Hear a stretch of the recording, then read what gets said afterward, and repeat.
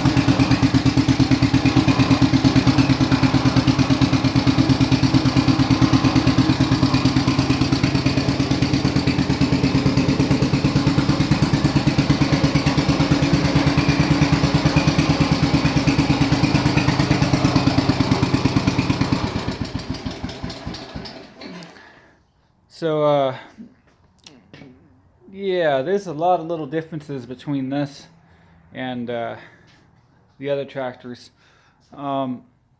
This is a 62 because it's got the swept axle, but the hood's different, the grill's different. You know, here's a 62 Mocraft 10, and you can see how much shorter. You know how much shorter it is. You know, the hood's different because of this. The fenders, like, there's no duplicating this unless you're a master machinist. Pretty cool tractor. Still need to get tires on it, and then I had the cable lift out today. Here's the rear lift that's going on it. So this mounts back here, and that hole right there is for the tube, and the cable goes to the tube, and then I got a rear lift. So I'm getting a new cable made. I noticed that I got an engine leak on the oil. I think my base gasket, oil base gasket's toast. So I'm going to order a new voltage regulator because I tested it and that's what the issue is. So I'm going to get a new voltage regulator coming, and I haven't decided what I'm going to do with the wheels yet.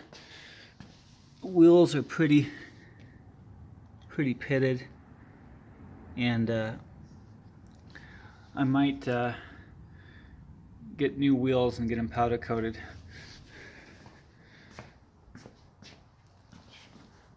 Front wheels are not as bad. So, oh, that one's got a little ding, but I can, little hammer and dolly work, maybe. And then you notice I got a little wrinkle right there that I would like to get fixed. And then my back fender's got a little thing right there, and then a little one right there. But, no, it's a very cool tractor.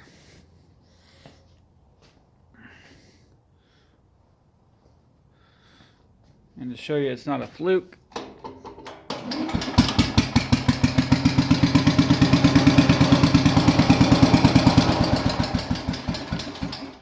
that's why I like Kohlers.